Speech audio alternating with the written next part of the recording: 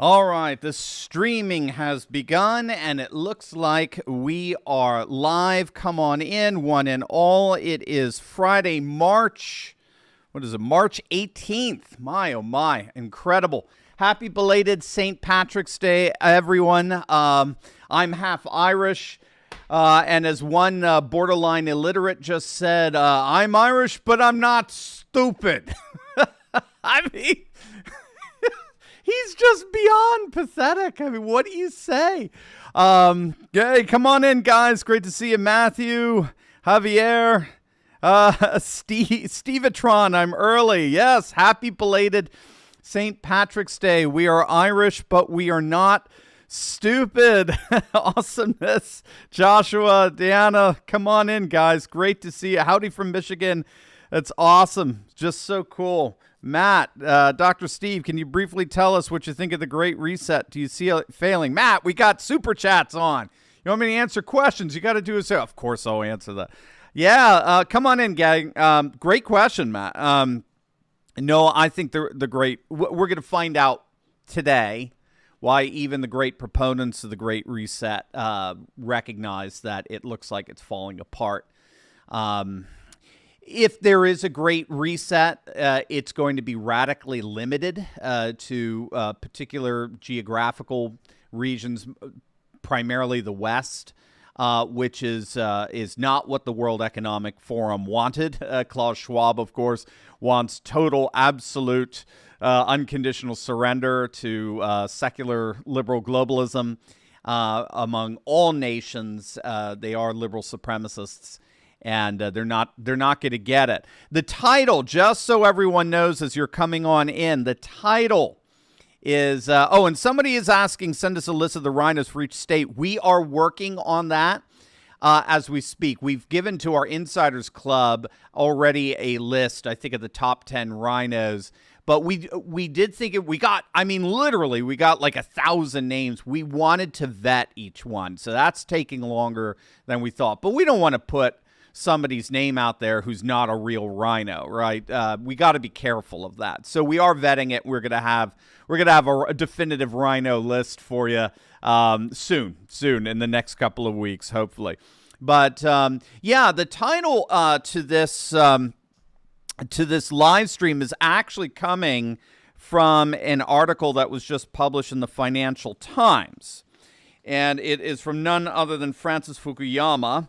Putin's war on the liberal order. And this is written by an avowed liberal, someone who's very much supportive of the Great Reset. And we're going to take a look at what he thinks is going on here. So come on in, gang. I don't know, by the way, let me start. We've got so much here. It's so amazing. It's crazy, of course, insane times we're living in. But you probably all heard about Biden calling Putin a war criminal, which is, generally speaking, in terms of international relations, is a no-no, since that means this person should be arrested and put in front of an international tribunal. But Biden, the other day, I guess he was at some event or whatever, and it was asked by a reporter whether he thought Putin was a war criminal, and Biden just sputtered out, he is a war criminal, Again, those are fighting words. Those are escalatory words. One of the things that I am so upset about, as you guys know, I did a video on this about Zelensky trying to start World War III. I am so upset about the escalating rhetoric rather than the de-escalating rhetoric that should be happening right now, unless we want to incinerate our children over Mariupol. And I don't know any of you who want to do that. I don't know how many of you want to literally see the deaths of hundreds of millions of people over Kharkov. Can you find Kharkov on a map?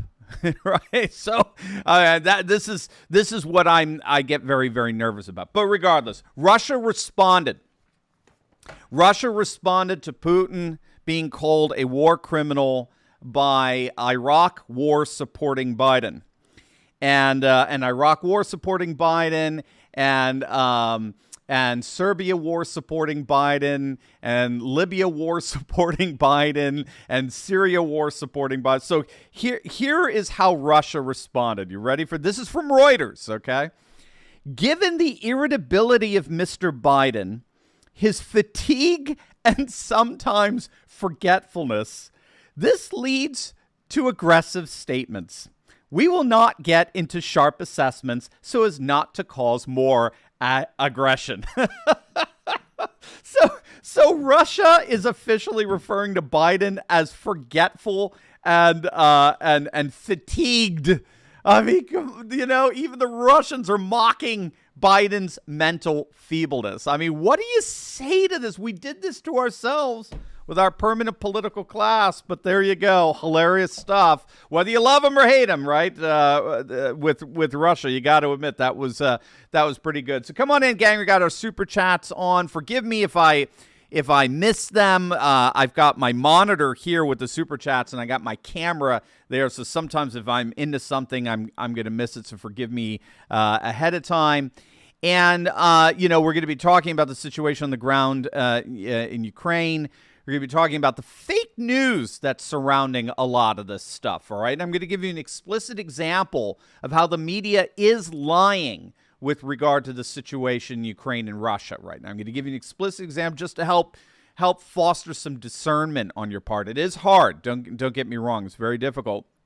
And then we're going to get into the article published by Francis Fukuyama in the Financial Times that is arguing that Putin's invasion of Ukraine does indeed threaten the liberal globalist order like never before. But first, a little housekeeping here. What are you willing to do in order to affect change in this country? Well, at Patriot Switch, over 2 million patrons all across the country are making the switch to make sure that their purchases support patriotic companies. Is that cool? Now, the neat thing here is that it involves nothing outside of your ordinary routine or the items you already purchase, but the quality is second to none and pricing is comparable, if not better in most cases, especially for a better quality product. You can make the switch today and start voting with your dollars to support companies that promote freedom. Learn more by visiting Patriot Switch in the description below. All right, gang, let's dive right in here. Look, Let's start with where things stand right now in the Russian-Ukrainian conflict, the invasion here. And again, let me repeat on the outset here. All right, let me repeat and keep in mind again. I know a lot of people look at that title and the thumbnail and they go, "Turley's giving us this pro-Putin propaganda kind of stuff." Gang, it is very important. Well, first of all, you have to know that title is not mine. It comes from the Financial Times article that we're going to be looking at. Even the thumbnail is the picture that it's the image that the Financial Times had on its article. But look, I've said this many times before. It bears repeating. I find this whole situation utterly abhorrent and horrifically tragic, if not really scary with the rhetoric I'm hearing from the Dan Crenshaws and the Mittens Romneys and the Adam Kinzingers and the Liz Cheneys and the Lindsey Grahams who seem hell-bent on starting World War III, okay? I am, many of you know this, but just for those of you who don't, I am an Orthodox Christian, and I have dear acquaintances on both sides of this conflict, Ukraine and Russia. And I agree with the Archbishop of Kiev that this is nothing less than a recapitulation of the sin of Cain, the horrible act of brother killing brother. And I begin every morning with a prayer for peace between Russia and Ukraine. Okay, none of this brings me any joy. I get no sense of rooting for one side or the other. I think what I'm seeing is this Ukrainian cult, if I may. Please forgive me if I'm offending anyone, but this sainthood that has been bestowed upon Zelensky, I think is insane. It is literally insane. Knows nothing about what led up to this conflict over the last 15 years. And I think any kind of radical pro-Russian propaganda is equally as abhorrent. I am horrified. I've got to say this. I am, because I've been doing a lot of talk radio interviews as well. I'm horrified at the level of ignorance coming from the mainstream media and even conservative talk radio hosts who literally have no idea of the course of events that have been taking place over the last 15 years precipitating this. I mean, what we're seeing unfolding here, as tragic and horrific as it is, has been in the making for at least 15 years. Colonel Doug McGregor really is the only one that I've seen on any major news network show like Tucker's explain precisely and accurately the cause of this invasion from an analytical geopolitical standpoint. Outside of that, the very same mainstream media that lied to us about Hunter Biden's laptop, don't forget that. The very same mainstream media that lied to us about Hunter Biden's laptop. And note, gang, this is important. Note that laptop was dismissed by both the mainstream media and bumbling Biden as what? What was it? It was whose misinformation, right? It was Russian misinformation, right? The mainstream media parroted Biden in saying that this was all a bunch of Russian misinformation. Do you think a country, especially a country that has more nukes than any other nation, do you think that country likes to be slandered like that over and over and over and over and over again by a major national government and its amplifiers in the mainstream media? Again, this utterly feckless lying from our mainstream media is now manifesting itself in this conflict. Let me give you an example. And ironically, this is an example from the New York Post. And I say ironically because the New York Post broke the Hunter Biden laptop story, okay? Keep in mind, I mean, that laptop was literally 20 minutes away from where I live in Wilmington. That and the computer repair shop that Hunter Biden, I guess in his crack orgy, forgot about. He dropped off and forgot about. That computer repair shop is gone. It went out of business. That guy picked up and left because he was being so harassed by leftists, and threatened and the like. But nevertheless, even a reputable, relatively conservative news outlet like the New York Post, even they lie over this stuff. Here is a headline that I believe, just came out yesterday, March 17th. Russian model who trashed Putin on social media found dead in suitcase. Wow. That authoritarian thug, man.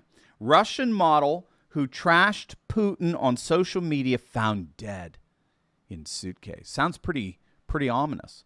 But then you read the article and you find out that she was killed by her boyfriend.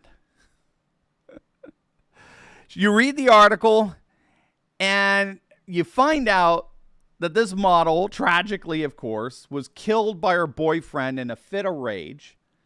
He hung out with her body for 3 straight days in his apartment and then stuffed it in a suitcase and eventually got caught by police, Russian police. There isn't a whit of a connection between her death and her criticism of Putin. In the article itself, there's not a whit, but you wouldn't know that from the headline, would you? This is lying. This is fake news. It's blatant lying. Yes, she was critical of Putin. And believe it or not, just go on VK, the Russian version of Facebook. It's one of the top 10 most used social media platforms on the planet. Yeah, you'll see plenty of articles lampooning and mocking and ridiculing Putin. That's not new. That's not strange in Russia. Okay? So what you're getting here is you're just getting total fake news from none other than the New York Post, who otherwise are pretty conservative. But they just want to make Putin look bad. I mean, again, you can make the argument he's doing plenty of that himself. He doesn't need us to help him, right? You can make that argument. I don't personally, but you can make that argument. So this is what I mean. We are looking at some pretty ridiculous stuff here. All right. So where are we in the theater? of the combat situation in Ukraine. I'll just give a quick heads up to where we are there. Again, we're in the fog of war, and it's very hard to determine exactly what's going on. But we do know some things. What I find helpful is when you have pro-Ukrainian sources, which is like the entire Western media right now. So pro-Ukrainian sources, if what they say is amplified by or is corroborated by pro-Russian forces and vice versa, pro-Russian media, I should say, and vice versa, then you probably have something solid there. So that's what I tend to go with. And with this, there seems to be things everyone agrees upon right now. The city of Kherson has fallen. The Russians have complete control of a key city on the Black Sea and the Dnieper River there. The Dnieper River kind of cuts Ukraine in. It's not in half. It's like by a third and 2/3 into the 2/3 west and the third east, as it were.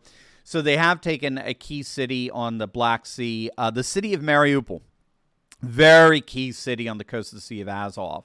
That looks like it's about to fall. When I Google Mariupol, everyone is saying the situation is desperate for the Ukrainians. So that is a very strategic city. There's another city, Volnovaha, just north of Mariupol. That has been confirmed to have been taken over by Russian forces. And in addition to that, and again, this is all going on in the east, and that's important because the media tends to be focusing on the west, which is, as it were, Kiev and Lavrov and those areas, and or Lviv. Sorry, Lavrov is Sergei Lavrov's the foreign minister. I got to keep all this crazy Russian foreign minister. Keep all these names in my head here. But they tend to be where the action is not happening, ironically. The action is happening in the Donbass region. And as far as I see, every map does show at least some significant formation of Russian troops in a formation known as the Cauldron around the Donbass region. And the Cauldron is a boa constrictor-like formation surrounding the enemy army. They used it in Stalingrad famously in World War II to destroy Nazi forces. They used it in Aleppo in Syria, and now they're using it in Ukraine. And approximately 60 to 100,000 Ukrainian troops, including the infamous Azov battalion, are surrounded. And they're going to have to, at least from Russia's perspective, but also a number of analysts' perspective, these Ukrainian troops are going to have to surrender or they're going to perish. And that'll basically wipe out about half of Ukraine's army. I mean, it's more or less done there. Keep in mind, Russia's only using about 20 to 30% of their army right now in Ukraine, and their A-list fighters have yet to be employed. That's going to be if NATO wants to start pushing the boundaries there. As for Zelensky, if you really want to know what's going on the ground, take a look at Zelensky, the president, Vladimir Zelensky. I mean, yes, I know he's been turned into a literal saint by our liberal elites. I kid you not. Bono, did you see Nancy Pelosi trying to keep her dentures in her mouth, reading a Bono poem on behalf of Zelensky? He called Zelensky a modern-day St. Patrick. He has been touring via simulcast all the major Western parliaments, from Brussels to Berlin, our own Congress in Washington to Ottawa in Canada. And he, to be honest, I did a video on this. He's been calling for nothing less than World War III. He wants no-fly zone enforced by NATO forces, which would be World War III. It would involve NATO forces not just shooting down Russian aircraft, but also taking out Russian anti-aircraft missiles on the ground, not just in Ukraine, but also in Belarus. So it would involve most likely an act of war committed against Belarusian forces that are over 300,000 strong when you count reserves. So he's looking desperate, in my opinion, and he certainly doesn't appear to have a lot of control over the situation. And I just think the writing's on the wall, and it's becoming increasingly apparent to him. He has said he will renounce NATO membership, and again, they always do something. They'll say, we'll renounce NATO membership for now, or something like that. Western powers keep screwing this up and prolonging this. He could easily end this. He's just got to renounce NATO membership. He's got to affirm some kind of military neutrality between Western Europe, or between Europe and Russia. They have to de-escalate the amount of military equipment that they've been getting from the West. The irony of all the military that we're sending over to Ukraine, I think, is going to end up getting Afghanistized. It's just going to end up in the hands, instead of the Taliban, now it's just going to end up in the hands of Russians eventually, Russian forces. And of course, the big sticking point is that they're going to have to, Kiev is going to have to acknowledge the permanent annexation of Crimea, and most likely the Donbass region, Donetsk and Lugansk as well. So that's what's going on the ground, as it were. Let's get into the geopolitics of things here, gang, and what all of this means for our world and the way our world is just changing right before our very eyes. There really is no question that that we are seeing a radical, at least, challenge to the liberal globalist order. Now, I believe that liberal globalist order has already been overturned in many respects. The seeds have been sown, and now it's just a matter of taking a look at the fruit that emerges from that. But in terms of those who are still holding on to hope and believe the liberal globalist order can continue, but is yet getting perhaps the single greatest challenge it's ever faced, is the one and only Francis Fukuyama. He just published a piece in the Financial Times that is entitled, the very title of this video, Putin's War on the Liberal Order. I spotted it there. You can easily, let me see, get you, Thomas. I got you, Thomas. Hold on. Got a super chat here. You can easily say Moscow's Putin down the neo-globalist West by Russian into Ukraine. They're showing the West is simply powerless. Look at the death of the petrodollar, partially as a result. That's very fascinating, Thomas. We're going to get into that. I mean, you really caught it there big time. I think one of the reasons why the rhetoric has gotten so absurdly out of control and so escalatory among our neocons and neolibs, who are the same thing as we find in foreign policy, is because we're recognizing that the United States remains very, very strong militarily, very, very strong economically. The world has changed in such a way that we don't carry the same weight geopolitically anymore. The world isn't listening to us anymore. There was a time they used to. Obviously, you know that. There was a time Europe listened to the United States, and then a combined Europe, a subservient Europe to the United States, a combined U.S. and EU, were able to basically tell the rest of the world, here's the deal, here's what's going to happen, here's what you're going to do. And Putin has basically put an end to that. I mean, it's astonishing. Nobody thought he was going to invade because the economic ramifications would be so horrific. He invades.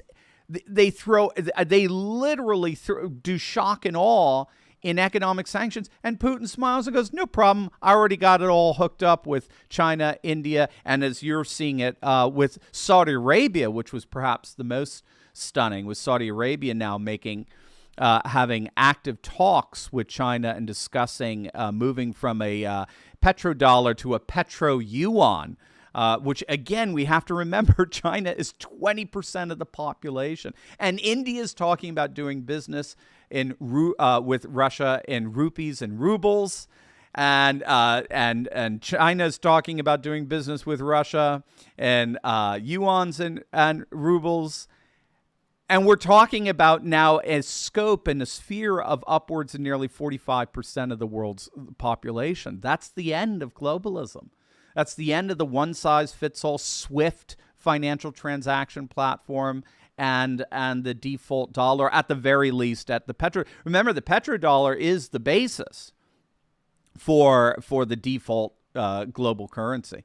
If you do business, whatever currency you're doing business in, when it comes to the fundamental need, the fundamental export of oil and gas and the like, whatever that is, that's just going to get amplified in food and fertilizer and so on. So if the petrodollar falls, or at least is impeded upon significantly, wow, all bets are off. So very, very good. I mean, you got it. You got the analysis perfectly. And a lot of people don't recognize that. Again, they're just going to accuse you of just, pro-Putin propaganda, but that's just intellectual laziness for not trying to wrestle with how the world is radically changing in terms of the globalist world order's demise.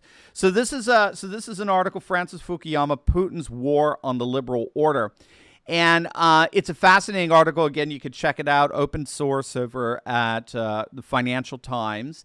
And I think it brings to the fore precisely what we've been arguing for on this channel for the last 3 weeks, what Thomas just brought up, that the invasion of Russia and Ukraine and the actions that followed, particularly the economic sanctions levied on Russia and Russia's response in its pivot to China and India, this all signals nothing less than the end of the liberal globalist order as we've known it. Now, Fukuyama's still holding on to it. Fukuyama's the architect, in many ways, of the current conception of the liberal globalist order as what he called the end of history. Do you guys know the end of history thesis? We've talked about it a number of times on this channel, but fish are getting fishing pole. The fish are getting fishing poles. Excellent, man, Sam. I think there's a proverb there. That's right. Very good. This is a thesis we talked about a number of times. It first emerged in the early 1990s after the fall of the Soviet Union on Christmas Day, 1991. And what Francis Fukuyama, who's a geopolitical theorist, my old alma mater, I can't even say it. My old, I feel like Porky Pig. My old school, Johns Hopkins University, he called that the end of history. And what he meant by the fall of the Soviet Union, the end of history, is that for centuries, the world was looking for the single best political and economic system available. And we tried all these different options. And now, we tried monarchy, we tried fascism, we tried communism. And now with the death of the Soviet Union, the world's finally arrived at a consensus. And that consensus is Western liberal globalism was the single best political and economic system out there and would now be the standard by which all nations on the planet will be judged as to whether they're civilized or whether they're uncivilized. That's the end of history thesis in a nutshell.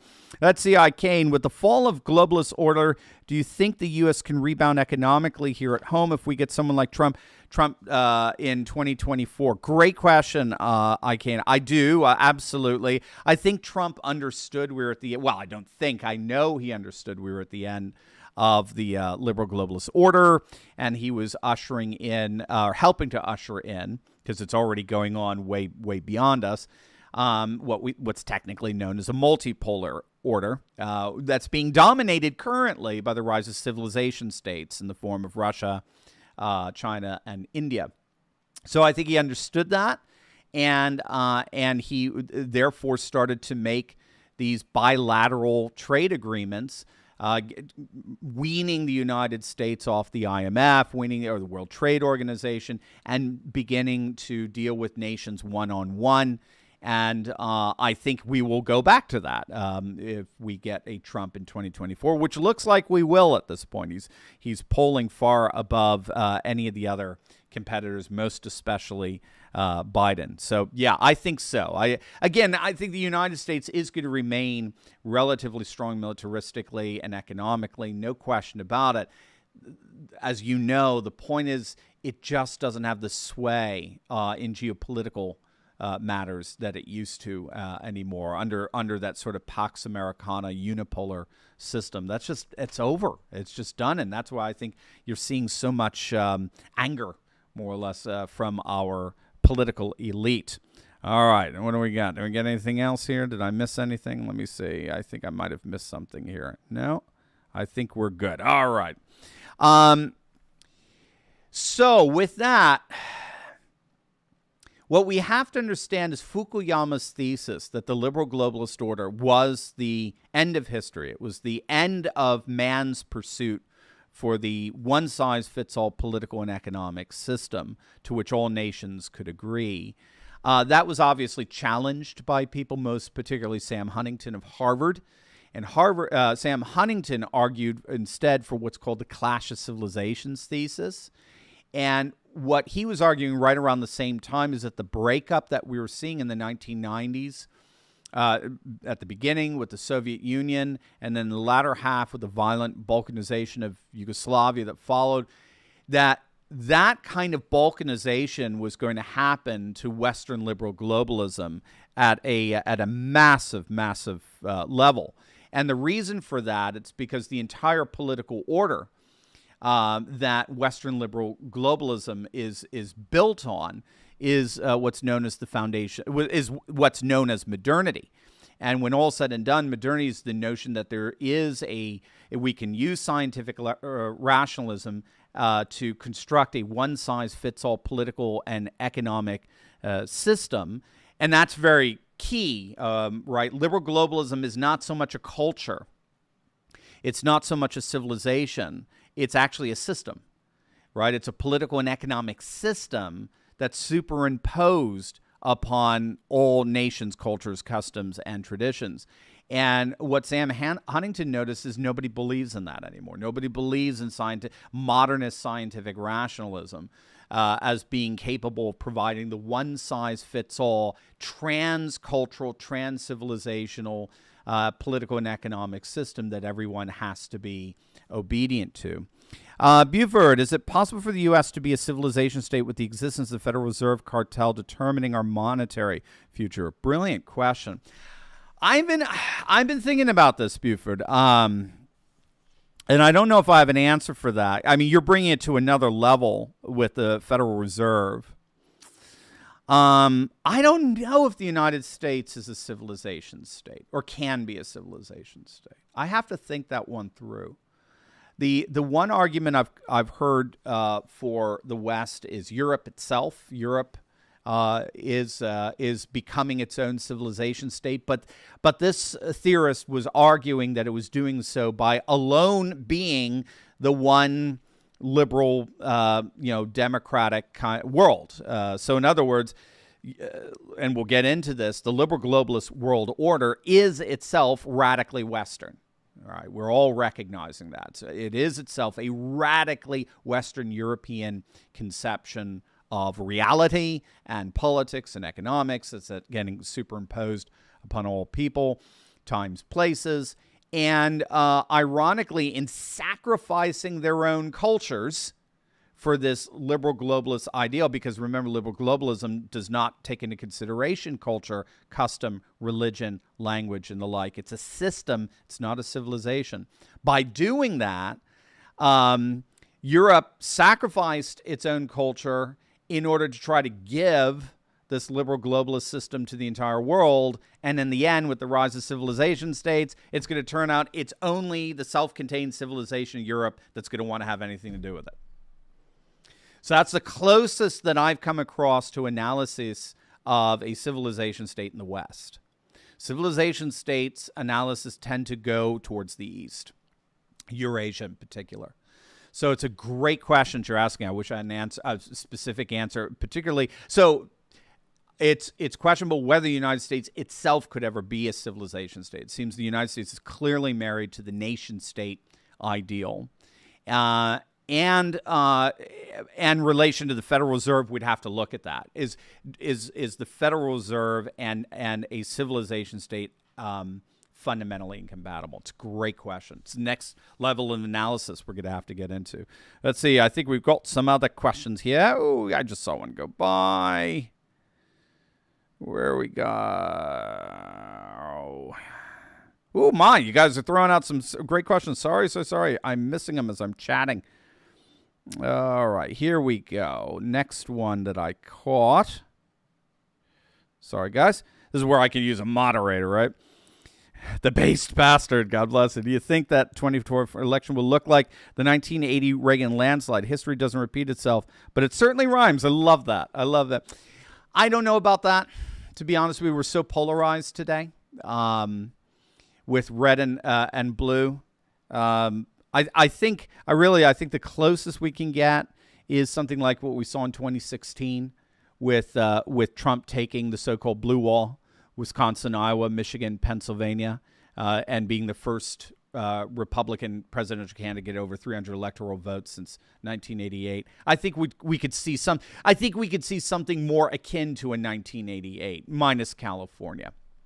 But I just think we're just too sectarian, shall we say, and too split for anything like that to happen today. But hey, we'll see. With every turn on its head with home and abroad, with jobs and such, what's your opinion on the outcome? We'll get into that. Raven Writing Desk. I tend to be very optimistic that we are seeing the end of secular liberal globalism, and that is a good thing. That is a very, very good thing. But again, a post-globalist world obviously is going to be bringing its own challenges. We don't have a utopia here. Humans never fail to disappoint, do they? Forza Jersey, Putin isn't just at war with the liberal order. He's at war with us, too. He's not our friend or ally. He's our enemy. Wake up, buddy. We cannot trust him. Gotcha, Forza. Gotcha. Look,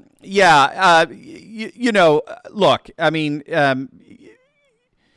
a lot of people take my analysis as pro-Putin, all right? I have certainly seen Putin as a very important player on taking down the liberal globalist order over the years, and a very important player in bringing back re-traditionalization, particularly in Russia, the concept of spiritual security and the like. But to be honest with you, how civilization states like Russia, China, and India are going to interact with the rising populist movements of the West, that's the next level of analysis. That's the next level to figure out in terms of what's going on here geopolitically. There are theories out there, both on the pro and con side, that they are very compatible because the populist movements want to go back to nation, culture, custom, and tradition, and the civilizationalist movements want to go back to custom, culture, and tradition, but they're not so keen on the nation-state project. They want something a bit wider, obviously, and that's going to have its own problems, no question. That's what we're going to see with China. That's what we are seeing with Russia. We'll have to see what goes on with India. Obviously, Kashmir would be, I think, a bit of a harbinger on that. But having said that, Forza, I just got to tell you, your total dismissal of Putin. He's just a thug and he's an enemy and throw him away. That's not analysis, okay? It's projection, and hopefully you come to this channel for a little bit more than that. That's all I'm going to say on that one, my friend. But God bless you. I love you, man. I saw another one. Biden's Afghan disaster emboldened Putin to move on to Ukraine. Genuine draft. Oh, sounds good. Friday, genuine draft tonight. That would sound lovely. Do not like to drink during the week because I got to get up early and do videos and think clearly, right? Biden's Afghan disaster didn't just embolden Putin. It put Putin at the center of the world. We did a video on that. It's a great question, genuine draft. When Kabul fell, when we left behind tens of millions of dollars of military equipment that you and I paid for, that are now in the hands of the Afghan, the Taliban. The world didn't want to have anything to do with us. So we saw it. We saw it with Boris Johnson in Britain. We saw it with Macron in France. We saw it in Italy. We saw it really all over the world. They turned to Russia for Russia's, quote, moderating influence over the Taliban, because Russia always had a relatively calm relationship with the Taliban after their years dealing with the Mujahideen and under the Soviet Union and leaving Afghanistan with their tail between their legs. So in many respects, Russia was at the center of the universe. Putin, I did a video. Putin is now, I forget what it was called. Putin is now the default leader of the world or something like that. Because this is what happens when you have incompetent leadership in the White House. Again, even Russia. I don't know if you relate to it. You heard Biden called Putin a war criminal. Well, the Kremlin responded. This is from Reuters. And they said, given the irritability of Mr. Biden, his fatigue and sometimes forgetfulness, this leads to aggressive statements. We will not get into sharp assessments so as not to cause more aggression. I mean, even the Russians are laughing at Putin. They are laughing at him.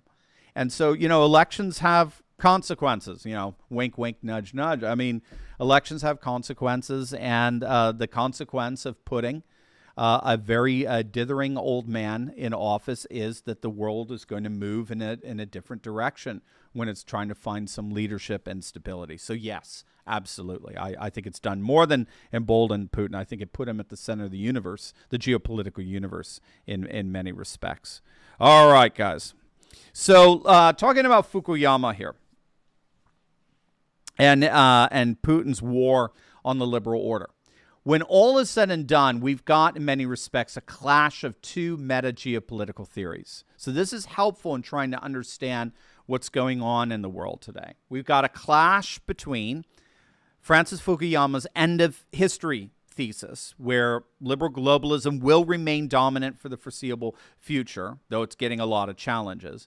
And then we've got on the other side Sam Huntington's clash of civilizations theory, where liberal globalism is going to be eventually replaced with a multipolar, civilizationally conservative world. Okay, and that's precisely how Fukuyama addresses this piece. And the rest of this live stream is basically we're going to watch them duke it out, and we're going to see who, obviously, I think is the clear winner in terms of the clash of these two theses.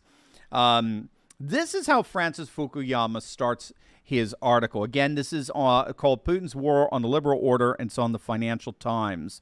The horrific Russian invasion of Ukraine on February 24th has been seen as a critical turning point in world history. Many have said that it definitely marks the end of the post-Cold War era, a rollback of the Europe whole and free that we thought emerged after 1991, or indeed what he calls the end of history.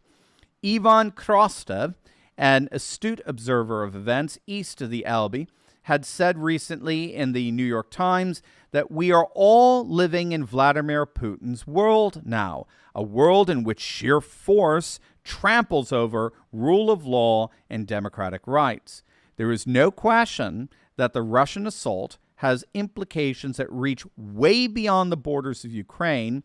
Putin has made it clear that he wants to reassemble as much of the former Soviet Union as possible, incorporating Ukraine into Russia and creating a sphere of influence that extends through all of the Eastern European states that joined NATO from the 1990s onward. Now, this is very, very interesting. So for Fukuyama, Ukraine is ground zero for the continued existence of liberal globalism and the liberal globalist order. This is the single greatest threat that liberal globalism has faced. I mean, just a little bone picking here with him. I don't know if you notice, and again, this is just important as we're analyzing these events, but you'll notice what he said here. Russia wants to crack down, as it were, on the Eastern European states he wants to influence the Eastern European states that have joined NATO from the 1990s onwards. What he just says in a passing sentence is we have to understand is of existentially paramount importance to Russia. At least this is what Putin says. So you go back to 2007, Munich Security Council, and Putin says, under no circumstances will Ukraine be allowed to join NATO. And he, even the night when he launched the attack, the special military operation, when he spoke an hour or two the Russian people. I mean, he came out and said it bluntly. We were lied to by NATO. Gorbachev was lied to. It's interesting. He even brings this up in Oliver Stone's interviews with Putin. What are they called? The Putin tapes or something like that? Putin interviews. They're actually very, very good if you really want to get a sense of who Putin is and what his geopolitical theories are and the like.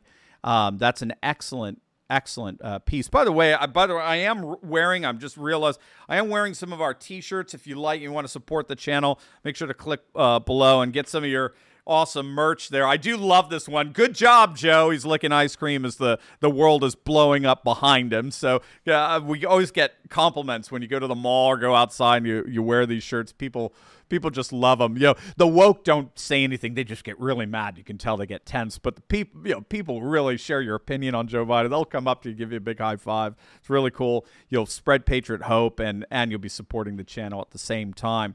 But Putin made it clear, in those interviews, he made it clear at the Munich Security Council, you told us when Eastern Germany joined once again Western Germany, and we saw that NATO was going to start expanding officially into Eastern Europe.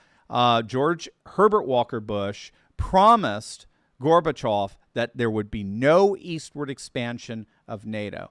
And then in 1998, that's exactly what happened. Right before, or it was right around the time of the bombing of Serbia, you had Bill Clinton offering Hungary, Poland, the Czech Republic NATO membership. And of course, Yeltsin was too drunk to do anything about it. But literally within months of that happening, Putin came to power. And that was Russia's way of pushing back on that and saying, you are going to create the equivalent of a Cuban Missile Crisis, but now on our border, by bringing NATO tanks, NATO missiles, NATO, military outposts right on our border. And we don't want it on our border any more than you would want the equivalent of a Warsaw Pact or some Chinese military operation right on your southern border in Mexico. And so I'm just pointing this out because Fukuyama just passes that over and just says, all these Eastern European countries, all they want to do is just join NATO and be a part of this neoliberal order. And, he doesn't even seem to recognize that for Russia, that's an existential threat. So, again, by all means, be a part of the neoliberal order, but why do you have to be a part of NATO, I think is one of the arguments. So the next thing Fukuyama does is he does go on. There is one part. At the same time, the current crisis has demonstrated that we cannot take the existing liberal world order for granted. It is something for which we must constantly struggle and which will disappear the moment we lower our guard. That's a very important point he's making there, where he's saying that in the end, this is a battle right now over the existence of the liberal globalist order. What is liberalism? What is liberalism? And I think this is very interesting because he gives us a little insight of how his mind is thinking. Whoop. Let's see. Yes, I can. Thank you for the super chat. Yes, I can. Is Putin doing the same thing as Trump? Russia first. Okay. So you could say that. Putin is definitely Russia first. Absolutely. The question is whether Russia first justifies, invading and the like. And again, that's an open question. I would submit to you that if you investigate the last 15 years leading up to this, you can at least see the rationale that Russia is employing in this invasion or this special military operation, as Putin calls it. But yes, I mean, no question, Putin is a Russia first, a Russia proto first leader. No question about that. President Xi is a China first leader. President Modi, Prime Minister Modi of India is an India first leader. I mean, that's what I mean. I think in many ways, Fukuyama's globalist world order is cracked up, and in many ways, I just don't think he sees it. He's trying to hold on and stave off what is inevitable, the writing on the wall and the like. So, yes. But again, that does not necessarily, obviously, that in of itself doesn't justify invasion. It bears repeating. Trump was the very first president we've had in recent memory who never started a war. So America first, or your nation first, does not necessarily entail any kind of military action alike. So what is liberalism? According to Fukuyama, liberalism is a doctrine. That's very interesting. Liberalism is not a culture. It's not a civilization. It's not, right? It's not a nation, or it's custom or tradition or ethnicity or liberalism is a doctrine. It's an ideology. And remember, the clash in theories is we have an ideologically driven world of Fukuyama in liberal globalism, and then we have an identity-driven world in the civilizational identities, the clash of civilizations of Sam Huntington. So liberalism is a doctrine first enunciated in the 17th century, and he doesn't mention this, in Europe, okay, so it's going to be Eurocentric, that seeks to control violence by lowering the sights of politics. It recognizes that people will not agree on the most important things, such as which religion to follow, but that they need to tolerate fellow citizens with views different from their own. It does this by respecting the equal rights and dignity of individuals through a rule of law and constitutional government that checks and balances the powers of modern states. Among those rights are the rights to own property and to transact freely, which is why classical liberalism was strongly associated with high levels of economic growth and prosperity in the modern world. In addition, classical liberalism was typically associated with modern natural science and the view that science could help us to understand and manipulate the external world to our benefit. So as you can see, it's a very idealistic conception of liberalism. But nevertheless, he gets into something very interesting. And what he said is, yeah, all good. But he gets into, in his words, how liberalism ended up becoming illiberal. He thinks liberalism ended up becoming illiberal, and he and therefore provided a flank on both the illiberal left and the illiberal right to try to take down liberalism. So this is where you're getting this notion of the Putin wing of the Republican Party that we're hearing so much, or repeating Putin talking points. This is coming from Francis Fukuyama, ultimately. He takes a little bit of a look in terms of how liberalism spawned a right and a left, what he would call far right and far left, that are together attacking liberalism. And I'm just going to summarize it here. On both the right and the left, foundational liberal ideas were pushed to extremes that then eroded the perceived value of liberalism itself. Economic freedom evolved into an anti-state ideology, so he would be talking about kind of a radical libertarianism. And personal autonomy evolved into a woke progressive worldview that celebrated diversity over a shared culture. These shifts then produced their own backlash, where the left blamed growing economic inequality on capitalism itself, and the right saw liberalism as an attack on all traditional values. So it's interesting because he's arguing, in a nutshell, that even within Western nations, liberalism's under attack because of a left and a right that branched off from that.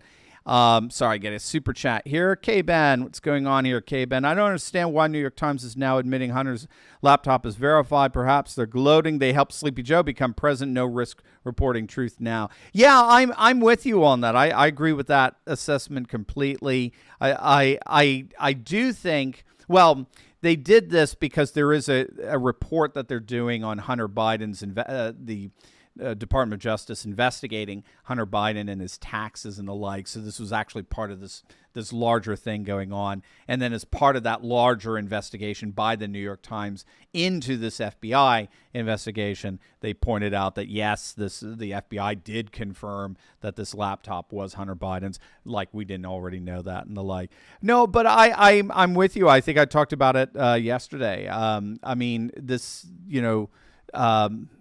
we are finding out more and more that the mainstream media is it is, well, what Jean Baudrillard referred to as the simulacrum. It's simulated reality. They don't mediate reality. They mediate simulated reality. And the simulated reality is corporate globalist reality, because all the mainstream media outlets are corporate globalists, right? Think about New York Times, LA Times, Philadelphia Inquirer, Washington Post, or Chicago Tribune. They're all, metropolitan, cosmopolitan, corporatist, globalist institutions. And so anything that could have harmed Joe Biden in his campaign wasn't just buried. It wasn't just buried, but by the same token, anything that could hurt Trump was manufactured and fabricated and concocted. And Russia ended up becoming the centerpiece of that. And nobody seemed to stop to think, hey, do you think Russia, a major exporting superpower, a nuclear superpower, you think they're not going to like this? You think they might actually take this as threatening of their geopolitical status in the world, being constantly mocked and ridiculed like this? You think they might end up maybe even acting on that sense of threat? So, I'm with you. I think it's all interconnected in that sense. Very, very good question. Very good question. All right. So I think what Fukuyama's doing here is pretty interesting because, on the one hand, he's saying that the right produced an economic laissez-faire that created these horrible economic inequities that then the left blamed capitalism on. And then the left developed the notion of personal autonomy that liberalism gave them to attack basically everything cultural and traditional. So now the right is looking at the left and saying, well, you're to blame. This cultural liberalism is to blame for destroying our traditions and culture. And so both end up ironically taking out two of the central pillars of liberalism, which is its corporate capitalism on the one hand, and also its personal autonomy and human rights on the other. The problem for me with what Fukuyama is doing there, the problem for me is he does not recognize how liberalism got connected to globalism. He does not recognize that, it seems to me, at least in this article. And by failing to recognize that, he's failing then to see why the rights response, the patriot uprising, the populist uprisings, and the increasing civilization state uprisings do have a lot of rationale to them. And that's because what we have to understand is globalism, by its nature, globalism is a vast interlocking mechanism of technology and telecommunications that in effect creates a single worldwide political economic system. So globalism, think of globalism as the transaction platform for liberalism, okay? Globalism is the SWIFT for the dollar of liberalism, okay? Just that's one way of sort of looking at the interrelationship between the two.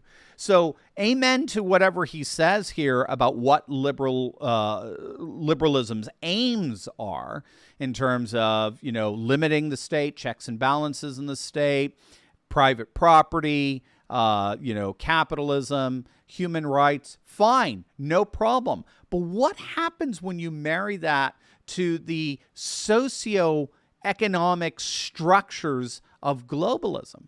Well, by its nature, what it does is it ends up assaulting local cultures, customs, and traditions with translocal, transcultural, right, even transnational systems that eclipse those local customs, cultures, and traditions. For example, I think a lot of us are very, Tucker has been wonderful on this. I think a lot of us have been so disillusioned by how hard it was to get the dolts in D.C., especially the Republicans who held the House and the Senate from 2016 to the end of 2018. House and Senate, but 2016, 2018 with Trump there in office. How hard it was for them to give us $4 billion to build a wall and secure a national security at our southern border. I mean, they dragged their feet. They found every excuse in the book not to do it, right? You guys all remember that. And yet, Russia invades Ukraine, and boom, out of nowhere, 14 bill, bang, send it right to Ukraine. Unanimous. We all vote for it. I mean, what the hell is that? What the flying F is that? And that's called globalism. You see, globalism doesn't care about borders. By definition, globalism actually despises borders. Globalism doesn't care about any kind of economic security. Globalism is all about corporate capitalism that seeks to maximize the margins for corporate stockholders. And so what do you do? Well, you send all your manufacturing industry out of places where you're required some kind of minimum wage, and you send them on over to the global south where you pay people pennies on the dollar to manufacture the same things so that you can accumulate maximum amount of finance and money in cosmopolitan areas, leaving rural areas radically and highly unemployed. Brian the Broken, do you think anything will come out of Durham's investigation that links all of this Russian-Ukraine stuff? Is it all FUBAR? Great question. We're going to have to see on that. Again, the attempt to try to demonize Russia in this was a fool's errand. It was I better it was a Faustian bargain, because I think now it's coming home to roost. It's coming home to roost precisely because Russia sees America as an existential threat. And they see America as an existential threat because we've been treating Russia as an existential threat for the last 5 or 6 years. I mean, up to this point, I mean, there have been several articles written about this. Up to this point, Putin was totally open to a European geopolitical peace with Russia's involvement and America's involvement. He had no problem with that, historically speaking. And when we started turning Russia into enemy number one, that stopped and that ended. And then he started to make plans to create what scholars call civilization state, to basically wean Russia off of the geopolitical globalist world and financial and political structures, and then reintegrate it into the two other emerging civilization states, China and India. So yes, it's all interconnected. Whether Durham's investigation is going to show anything really tangible and concrete in terms of interconnection, we'll have to see. So excellent. Again, I love the way you're connecting all the dots there. It's fantastic. That's what makes the geopolitics so much fun.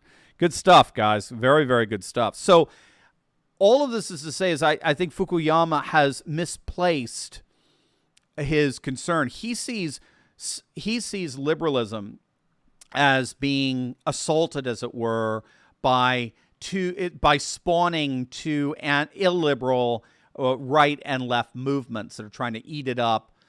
One sees its capitalist attributes as being problematic. The other one sees its human rights and personal autonomy attributes as being problematic. But it's much bigger than that. I think in the end, what we have to understand is that this ideological liberalism got married to globalism, and globalism is anti-cultural. It is anti-national. It is anti-local economic and industrial and so forth. And so these border issues, these economic issues, these cultural issues aren't going to go away by just mouthing off all these platitudes about ideological liberalism. They are an inherent part of globalism. And it's really, in the end, it's globalism that people have a problem with. To the extent that globalism has been thoroughly married to liberalism, then the liberal order is going to be pushed back against by more and more people. Let's see. The Based Bastard. Yay, Bastard, you're back. Hey, man. By the way, me and Daniel Miller of Texas. Good old Daniel. We know. We're just talking about you. Well, thank you for that. God bless you, doctor. God bless you. Send my greetings to Daniel. We loved it. We've had him on our show, on our Insiders Club, and Daniel's doing great work in Texas. Yes, if the proverbial shit hits the fan, thank God for guys like Daniel Miller and the work they're doing as an arc preserving our liberties and faith, family, and freedom. God bless you guys. Thank you. That's so sweet. Give them my best. So I think it gets worse because if we understand what's going on at the geopolitical level for Fukuyama, it's being increasingly recognized by more and more nations that the neoliberal rules-based order that Fukuyama is arguing for in his end of history thesis, it is fundamentally Western. The very fact that you would start off by saying our political and economic structure is going to be based on a system, they're going to be based on what he calls a doctrine, is itself radically Western. It is itself, scientifically rationalist. It has nothing to do with culture, custom, tradition, civilization itself, right? And so therefore, it's no coincidence that whenever this so-called liberal order, rules-based system needs to be definitively interpreted and indeed enforced, it's always Western powers that arrogate to themselves the sole prerogative to do just that. And so increasingly the world is seeing neoliberalism really as nothing more than a ruse, a Trojan horse for a kind of modern Western imperialism. I mean, again, I'm not saying they're right or wrong. I'm just saying that's exactly how people are viewing it, and they're viewing it because there is a logic to viewing liberalism that way, and that logic is found in the nature of globalism as itself a Western construct. So it's no coincidence then, and a nation like Russia is in the process of dislodging the totality of its political and economic and cultural life away from the neoliberal order and recalibrating Russian society and culture around the notion of something called a civilization state, which in effect is building its own self-contained, self-sufficient life world. We've been talking a lot about that over the last few weeks. Certainly scholars are talking a lot about the emergence of post-globalist civilization states in the form of Russia, China, and India, like these Godzillas sort of emerging, out of the East. And yeah, it's scary in many respects, especially since we've been focusing primarily on just on the populist movements that have been popping up in the West. And again, what the connection between civilization states and the growing populist movements is the next level of analysis to see what's going on here. Let's see. Kip's camera. We all need to learn to say legacy media, not MSM, mainstream media. They don't deserve the title. I stand corrected. Absolutely, Kip's camera. And I do that, don't I? I do that a lot. I say mainstream media, but I think you're absolute. It's just a default and unthinking. I think you're absolutely right. They're not mainstream anymore. They are legacy media. It's not the 1980s and 90s anymore. We talk about the liberal mainstream media or anything like that. They are the legacy media. Stand corrected. Hold me accountable to that. Put that in the comments every time I do it. I'll forget because that's the way I talk. So absolutely good point. Very good point and well taken. I think Russia's leaving the globalist world order. It is building its own order. It is a little scary since up to this point we've been dealing with populist movements, Ottawa, right, truckers movement, Freedom Convoy, amazing things going on in Europe with pushing back against mandates, all that sort of stuff. Patriot parents at school board meetings, these are amazing things. And then we're seeing the political ramifications of that. But like I talked before in another video, that got clamped down a bit. It's rising again as we're seeing, but it got clamped down a bit for the last couple of years with the COVID restrictions and with sort of a reasserted technocracy that's going on. Just as right now we're seeing this attempt to reassert neocons right now with Russia, and in the process. In the process, it seems we end up seeing a new challenge to the liberal globalist order rise in the East and that's these massive Godzilla-like civilization states that are smashing the liberal order like we never even imagined. And this is why Russia's been so undeterred by the sanctions. Again, Fukuyama in his article doesn't seem to get that. Russia's so undeterred by the sanctions because Russia has been, over the last few years, building their own parallel world. They've been building their own parallel economy, their own parallel currency, their own parallel arts and entertainment, their own parallel internet structure, which is interesting, their own parallel telecommunications, their own parallel sports leagues, space travel, right? And then as part of that parallel world, you bring in Russia's neighbors. You bring Russia's neighbors like, Belarus, Armenia, Azerbaijan, Kazakhstan, Turkmenistan. Obviously, I think we're going to be seeing at least Eastern Ukraine brought into this mix. They're all satellites, as it were, of this whole new Russian world. And that Russian world appears to be very much ready to join forces with the next building project of the civilization state, which is China. And China is building its own world, its own self-contained, self-sufficient life world, joining together with Russia, joining together many of the non-Western world through its Belt and Road Initiative. Remember, the non-Western world's 80% of the world's population, right? Again, and by the way, that's our own fault. We were once, if I recall, at the turn of the 20th century, the West was 30% of the world's population. But again, one of the things that Fukuyama does not get into is how neoliberalism actually ended up assaulting the family, and so demographics ended up collapsing here in the West, while fertility was growing in the non-West. So now the Western world, it's going to be, but in just a matter of a couple of decades, no more than about 15% of the world's population. And 85% of the world's population ends up looking at these civilization states like Russia, China, and India as the future.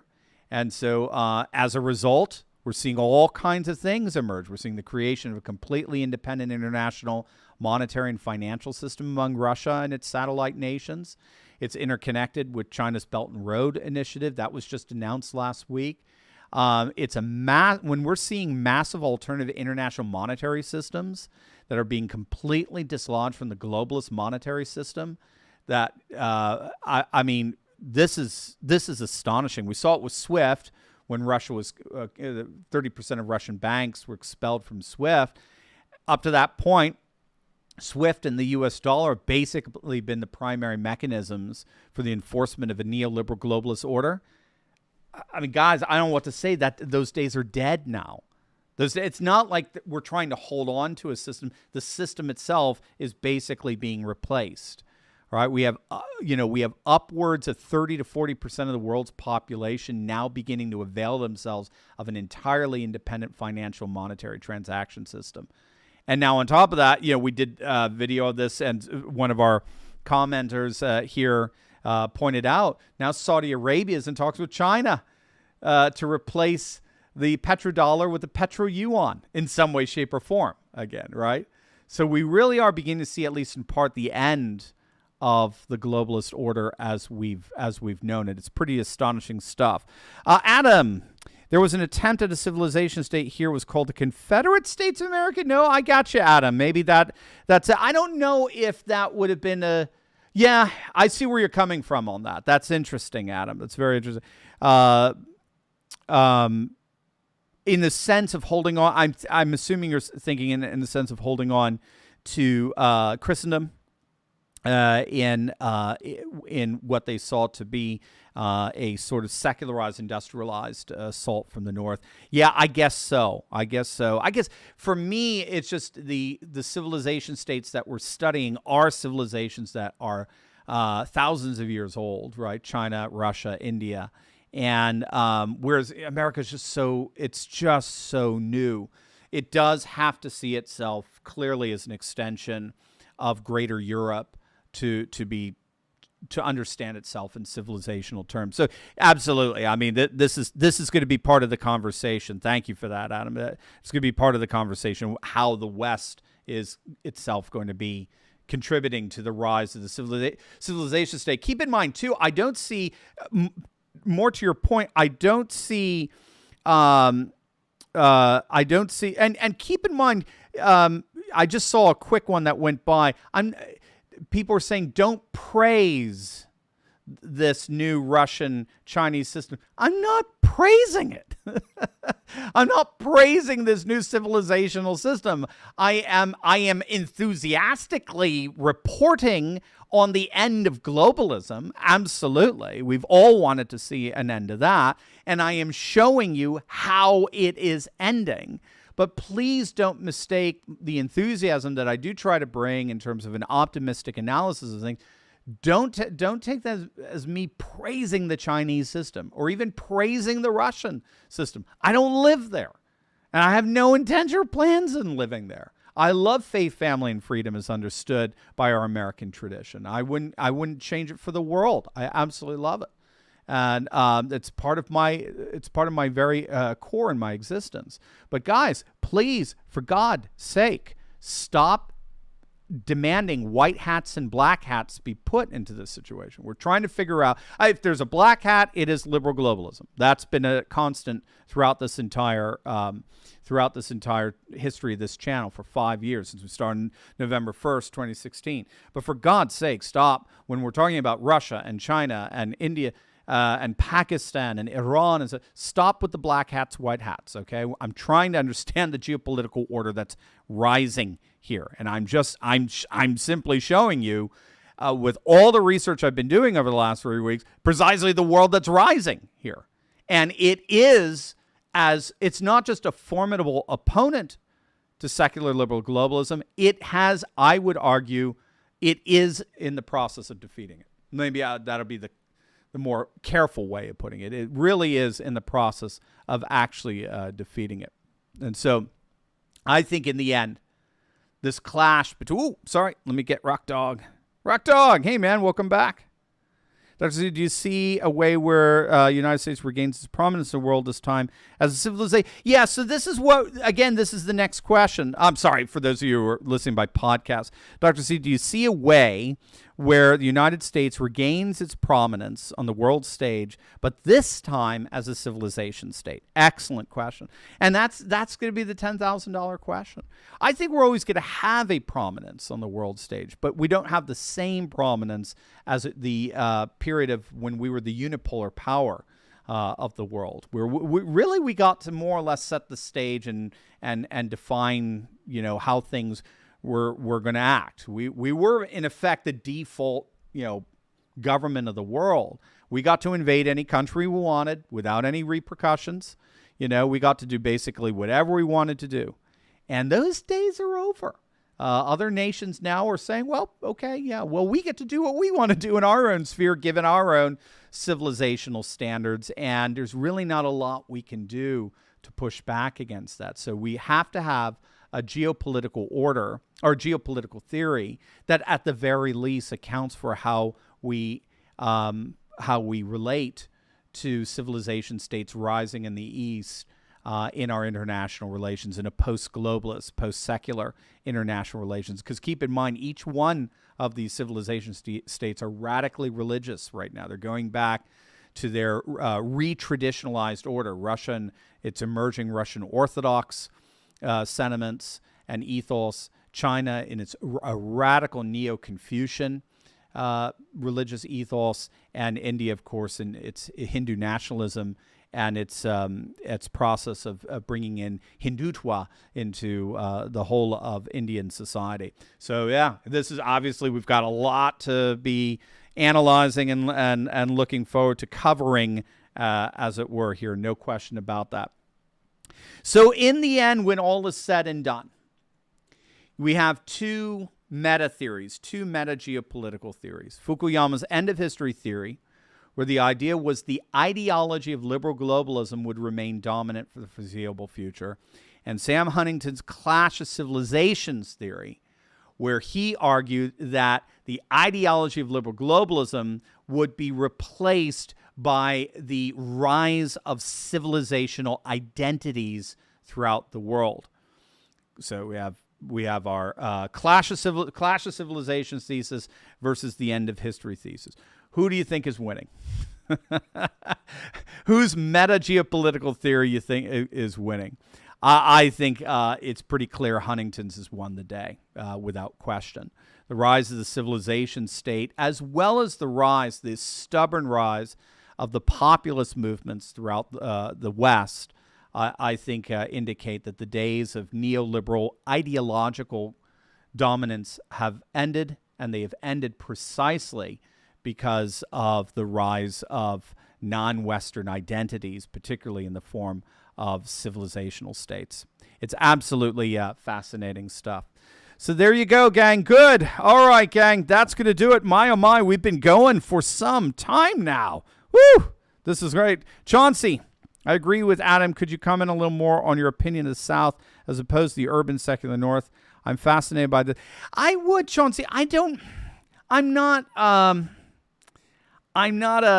a Civil War between the states scholar, so I'm nervous commenting on it. Like I said, I've sat in on some lectures on it and on the issues at hand, and in the end, I just think I think clearly there's a difference between North and South, and the Southern sentiment remains extremely pietistic and very, very Christian, very religious.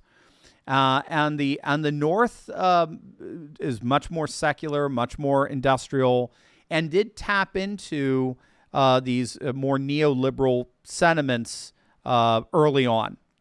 And so anyway, it was a clash between those two.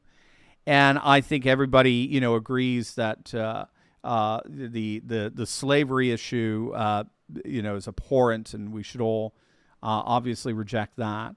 And that, however, the notion of religiosity and land and agrarianism and Southern agrarianism and the like continues to be a very important part of our of the ethos of Western civilization. That does, I think, challenge the Northern industrial model that tends to focus more on systems and the like. Again, those are the broad frames of reference as I understand it, but I really can't comment more on that. It is a fascinating topic, no question. It's Base Pastor, you're back again. Thank you so much. It's rhino hunting season. That's how we will get back into being a world superpower. Amen to that. Amen. We got to get rid of these rhinos and neocons. They are horrific. There is not and Tucker's been doing a great job on that. As Sean Hannity's gone full blown rhino neocon in this whole thing with Lindsey Graham being on his show several times a week. I mean, Tucker's been doing a very, very good job of being able to say, this is there are other frames of reference in dealing with Russia on the geopolitical stage than simply neocon frames of reference. Because the problem with the neocons is they unite us with the neoliberals and turn us into full-blown globalists on the world stage. And that's the last thing we want.